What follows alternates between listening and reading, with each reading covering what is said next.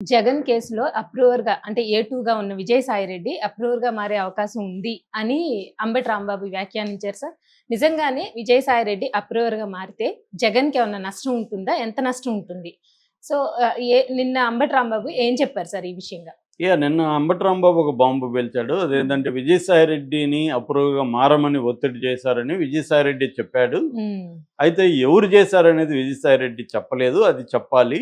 అంటే విజయసాయిరెడ్డిని అప్రూవ్‌గా మార్చి జగన్ కేసులో శిక్ష పడేట్టుగా చేసి జగన్‌ని జైలుకి పంపించి జగన్ కెరీర్‌ని పొలిటికల్ కెరీర్‌ని నాశనం చేయాలనేది ప్లాన్ చేస్తున్నారు. ఇది ఎవరు చేస్తున్నారో విజయసాయిరెడ్డి బయటపెట్టాలి అనేది అంబటి రాంబాబు మాట్లాడాడు. అంటే గత కొంతకాలంగా విజయసాయిరెడ్డి రిజైన్ ఎందుకు ఇచ్చాడు అనేది చర్చ. అవును సార్. దీని వెనక ఎవరున్నారు అంటే చంద్రబాబు ఉన్నాడా, మోడీ ఉన్నాడా? మోడీ ఉంటేమో జగన్నే మోడీ కుమ్మక్కయ్యి జగనే రిజైన్ చేయించాడు. మోడీకి అనుకూలంగా రిజైన్ చేయించాడు. ఎందుకంటే 2028 వరకు ఈయన టర్మ్ ఉంది. అయినా కూడా 3 ఏళ్ల ముందే రిజైన్ చేశాడంటే ఎందుకు చేశాడు? దాని వెనక ఏదో వ్యవహారం ఉంటుంది కదా. ఆయనైతే ఏం చెప్తున్నాడంటే నేను వ్యవసాయం చేసుకోవడానికి రిజైన్ చేస్తానంటే అది ఎవరు వాళ్ళ ఇంట్లో పనిచేసే వాళ్ళు నమ్మరు, బయట వాళ్ళు నమ్మరు, ఎవరు నమ్మరు. ఎందుకంటే ఆయనకి సడన్ గా ఈ వయసులో 60 దాటింది, ఆయనకి ఈ వయసులో పోయి ఆయన వ్యవసాయం ఏం చేస్తాడు, అది ఏం జరిగేది కాదు. రెండోది ఆయన వ్యవసాయం చేయడం కోసం ఆయన రాజ్యసభ సభ్యుడిగా రిజైన్ చేయాల్సిన అవసరం లేదు. ఆయన గత 9 ఏళ్ళుగా రాజ్యసభ సభ్యుడు యాక్టివ్గా ఉన్నాడు వైసీపీలో. సో ఆయన 40 ఏళ్ళుగా వైఎస్ఆర్ ఫ్యామిలీతో సంబంధంలో ఉన్నాడు. ఆయనకి కొన్ని దాని ఏమంటారు హైస్ అండ్ లోస్, ఎత్తుపల్లాలు ఉండొచ్చు పార్టీలో. ఒక్కోసారి పార్టీలో జగన్ ఈయనకి రైట్ హ్యాండ్గా ఉన్నాడు, తర్వాత ఈయన రైట్ హ్యాండ్ పొజిషన్ పోయింది. ఆయన ఎవరు సజ్జల రైట్ హ్యాండ్లోకి వచ్చాడు. సజ్జల వల్ల అనేక మంది నాయకులు ఇబ్బంది పడినట్టుగా ఈయన కూడా ఇబ్బంది పడ్డాడు. అవన్నీ కూడా ఆయన ఓపిక్గా భరించాడు. అట్ ద సేమ్ టైం ఎప్పుడైనా ఇవాళ రాజకీయాల్లో యాక్టివ్గా ఉంటే కేసులు అనేవి ఖచ్చితంగా వస్తాయి, జైలుకి కూడా పోవాల్సిన పరిస్థితి వస్తుంది. ఆ రకంగా ఆయన మీద కూడా అక్రమాస్తుల కేసు, జగన్ మీద అక్రమాస్తుల కేసు కాంగ్రెస్ గవర్నమెంట్ పెట్టింది. అప్పుడు సోనియా ప్రభుత్వం. ఈయన ఏ2గా ఉంటున్నాడు, జైలుకి వెళ్ళొచ్చాడు. అన్నిట్లో కూడా జగన్కి అండగా నిలబడ్డాడు, జగన్ కూడా అతనికి అండగా నిలబడ్డాడు. సో ఈ క్రమంలో 40 ఏళ్ళుగా ఏ ఫ్యామిలీకి అయితే ఆయన సర్వ్ చేశాడు ఆ ఫ్యామిలీకి యాంటీగా ఇవాళ ఆయన అప్రూవర్గా మారుతాడా?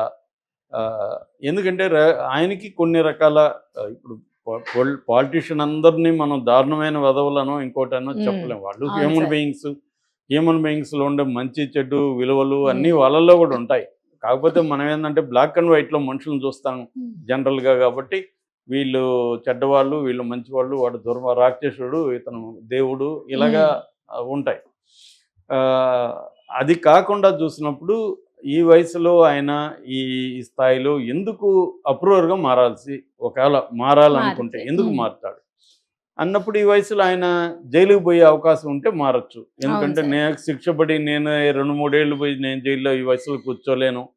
జగన్ అంటే యూత్ కాబట్టి అతను ఉండగలడు, నేను ఉండలేను ఇప్పుడు. కాబట్టి ఉండకుండా ఉండాలంటే ఏం చేయాలి? అప్రూవర్గా మారితే నువ్వు జైలుకి వెళ్ళవు అనేది ఆఫర్ ఇచ్చారనుకో, అప్పుడు ఆయన మారే అవకాశం ఉందా అంటే ఉంది. అప్పుడు ఏంటంటే అదేదో పతంజలి నవల్లో ఒక కుక్క ఉంటుంది అనమాట, గోపాత్రుడని. దానికి వాళ్ళ యజమాని భోజనం పెట్టడు, కానీ వాళ్ళ యజమానికి ఎనిమి ఉంటాడు, ఆ ఎనిమి భోజనం పెడతాడు. ఇప్పుడు ఇది యజమాని దగ్గర ఆకలితో ఉండాలా, శత్రువు దగ్గర భోజనం తినాలని డైలమా వస్తుంది. ఆ డైలమా వచ్చినప్పుడు ఇదేమనుకుంటుందంటే ఆకలి తీరే వరకు ఆకలి ముఖ్యం, ఆకలి తీరిన తర్వాత విశ్వాసం ముఖ్యం. సో అని అది నిర్ణయించుకొని ఆ భోజనం వేళకు భోజనం తినేసి మళ్ళీ ఇక్కడికి వచ్చేస్తుంది.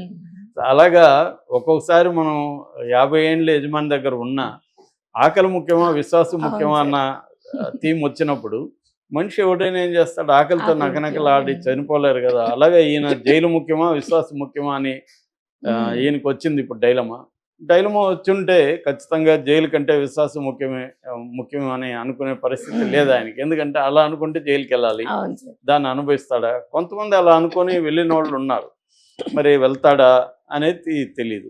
ఏదేమైనా అదొక యాంగిల్.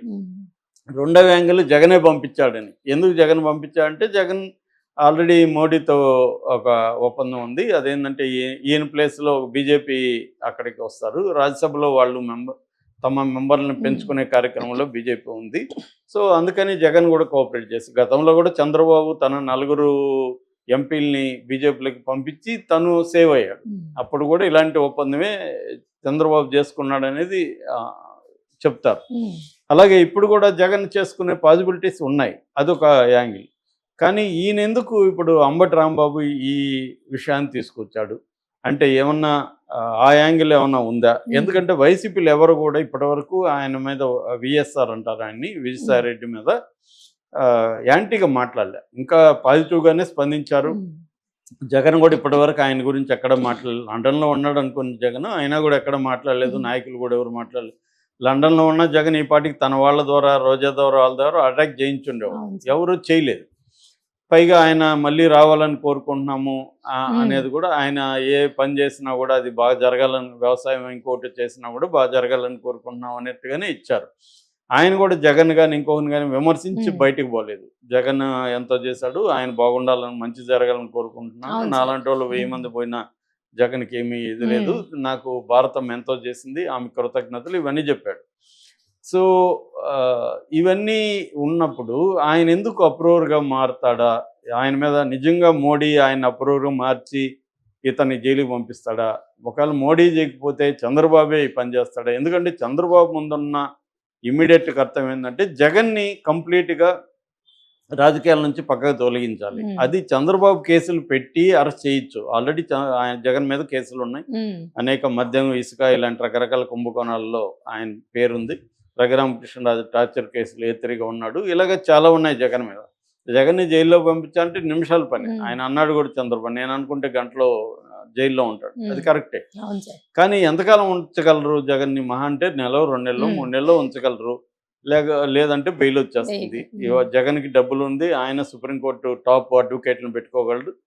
ఆల్రెడీ ముకుల్ రోహత్గి ఇలాంటి వాళ్ళు ఆయన తరఫున పనిచేస్తున్నారు కాబట్టి బెయిల్ వచ్చేస్తుంది. వచ్చేస్తే ఆయనకి సింపతి కూడా రావచ్చు జగన్కి, వాళ్ళ క్యాడర్ యాక్టివేట్ అవ్వచ్చు. చంద్రబాబు విషయంలో అదే జరిగింది. అందుకని చంద్రబాబు ఈ పందా ఎన్నుకోవడానికి రెడీగా లేరు. అంటే జగన్ని జైల్లో పెట్టడం వల్ల మనకి లాభం కంటే నష్టమే జరగచ్చు అని చంద్రబాబు. అందుకని రెండో మెథడ్ ఏంటి? ఆల్రెడీ అతని మీద కేసులు ఉన్నాయి. ఏది? అక్రమాస్తుల కేసులు. ఈ అక్రమాస్తుల కేసుల్లో గత 11 ఏళ్ళుగా ఆయన బెయిల్ మీద ఉన్నాడు. దీంట్లో కానీ ఇప్పుడు ఆయనకి శిక్ష పడేటికి చేయాలంటే బలమైన సాక్ష్యాధారాలు ఏమీ ఆ కేసులు కనిపించట్లేదు. ఆల్రెడీ 1 by 1 దాంట్లో ఉన్నోళ్ళు నిర్దోషులుగా బయటకు వస్తున్నారు.